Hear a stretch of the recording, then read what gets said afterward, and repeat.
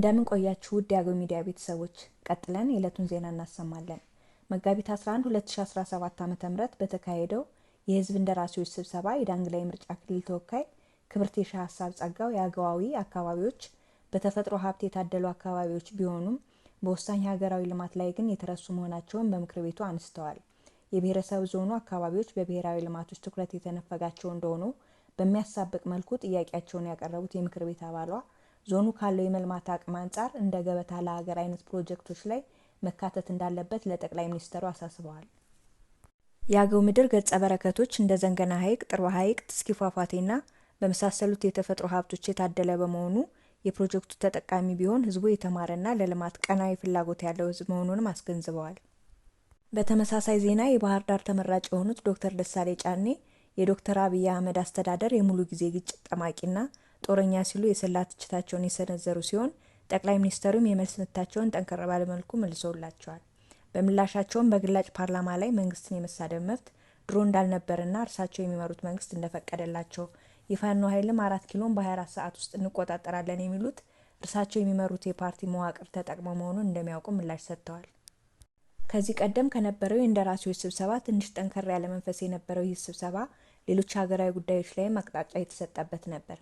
በተለይም የታላቁ የህዳሴ ግድብ በሚቀጥሉት 6 ወራት ሊጠናቀቅ እንደሚችል ፍንጭ የሰጡ ሲሆን የትግራይ ጊዜያዊ አስተዳደር የአገልግሎት ዘመናቸው ስለተጠናቀቀ ለአንድ ዓመት እንደሚራዘምላቸውና የጊዜያዊ አስተዳደር አባላት ስብጥርም ሊቀየር እንደሚችል ጥቆማ ሰጥተዋል። ጠቅላይ ሚኒስትር ዶክተር አብይ አህመድ ባህር ዳርን በጎበኙበት ወቅት ከክልሉ ክላስተር አስተባባሪዎች ጋር ባደረጉት ውይይት በአገዋዊ ህዝብ ላይ የሚደረግ እስራት፣ ግድያና ማፈናቀል ትክክል እንዳልሆነ በውይይት ወቅት እንዳነሱ ታማኝ ምንጮች ገለጹ።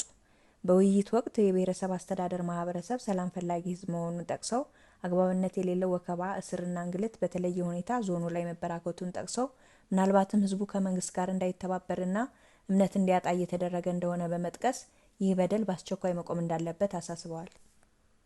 የጠቅላይ ሚኒስትሩ ተግሳጽ ምናልባትም ያለምንም ፍርድ በእስር ቤት እየተሰቃዩ ያሉትን እነ ቀሲስ ስንታየሁ የኔ አባትና ሌሎችም እንዲፈቱ ምክንያት ሊሆን እንደሚችልና መንገድ ጠራጊ እንደሆነም የውስጥ ምንጮቻችን ጠቅሰዋል። ቻግኒ ላይ ወጣቶችን ለማሰር የከተማ አስተዳደሩ አመራር እየተንቀሳቀሰ መሆኑን ተጠቆመ። ወጣቱን በጽንፈኝነት ሰበብ በእርቅ የገቡትንና በሰላም ቤተሰቦቻቸውን እየመሩ ያሉ ሰላማዊ ዜጎችን ለማሰር እቅድ እያወጡ መሆኑ የውስጥ ምንጮቻችን ጠቅሰዋል። በተለይም በዞኑ ስር ባሉ የመከላከያ አመራሮች የአገው ሸንጎ ናችሁ ተብለው በቻግኒ ከተማ አስተዳደር ከንቲባ አቶ ይበልጣል ሰይድና በአቶ በቀለ መኩሪያ ለስርና ለግድያ ሲፈለጉ የነበሩ ወጣቶች አሁንም የማሳደድ ስራዎችን እንዳላቆሙና ምቹ ሁኔታ ቢፈጠር ማንኛውም አይነት እርምጃ ለመውሰድ እየተንቀሳቀሱ መሆኑን የውስጥ ምንጮቻችን ጠቅሰዋል። ባለፈው ወር 2 ወጣት ባለሀብቶች በመንግስት ታጣቂ ኃይሎች መገደላቸው የሚታወስ ነው። ይህ የከተማ አስተዳደሩ ያልበሰለ አካሄድ ምናልባትም የህዝብን ሰላም ከማደፍረስና ህዝብንና መንግስትን በጥርጣሬ እንዲተያዩ ከማድረግ የዘለለ ምንም ፋይዳ የሌለው መሆኑን የመረጃ ምንጮች ጠቁመዋል። የውጭ ዜና። የአውሮፓ ቱሪስቶች በአሜሪካ ድንበር ላይ መታሰራቸው የአውሮፓ ሀገራት በትራምፕ አስተዳደር ላይ ስጋት እንደፈጠረባቸው አጃንስ ፍራንስ በዘገባው አስነብቧል። ይህ አካሄድ ምናልባትም የትራምፕ አስተዳደር የጉዞ እገዳ ወይም ክልከላ በአንዳንድ የአውሮፓ ሀገራት ሊጥል እንደሚችል አመላካች መሆኑን አስነብቧል። ዜናው በዚያ በቃ። ሰላም ቆዩልን።